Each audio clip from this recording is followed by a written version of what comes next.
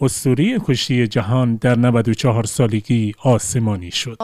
مشکل شدید ریوی و علائم ناپایدار حیاتی مراجعه کردن اینجا. متاسفانه علیرغم تمام تلاش‌هایی که کادر درمان انجام دادن، احیای ایشون ناموفق بودن. امام علی حبیبی رکوردچکن کشتی معروف به ببر مازندران پس از یک دوره بیماری در حالی امروز درگذشت که زندگی طلایی‌اش الگوی دنیای کشتی بود. اولین مدال طلای المپیک رو من گرفتم. 3 طلای جهان داشت و 1 طلای بازی‌های آسیایی. تأثیری که دستاوردهای ارزنده و تاریخی همراه داشت. سرطه یکی رو کی اختراع کرد؟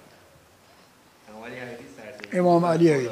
سرطه یکی داشت، اصلا مختص به خودش بود. سرعت کشیش انقدر زیاد بود که اتحادیه جهانی کشتی زمان کشتی رو خیلی کم کردن. الگویی که همواره دغدغه کیفیت فنی کشتی‌ها رو داشت. کشتیگر اون کسی میگن بگیره بکوبه ضربهش کنی بیاد بیرون. و با همه سفارش‌های فنی البته همواره اخلاق رو الگوسازی کرد. نفر بیا پیدا شد بگو بله من رفتم در پهلوان رو زدم که پهلوان دست رد تو سینه من زده. ارادت به امام ائمه داشته، به خصوص امام هشتم و امروز هم شهادت امام هشتم هست. گفت اینجا دنیا آمدم، اینجا افتخارات برای این مملکت و برای این ملت کسب کردم و از این دنیا در این مملکت هم از این دنیا باید برم. قرار تشییع پیکر جهان پهلوان امام علی حبیبی در زادگاهش روستای درزیکلای بابل انجام بشه. زمان تشییع به زودی اعلام میشه.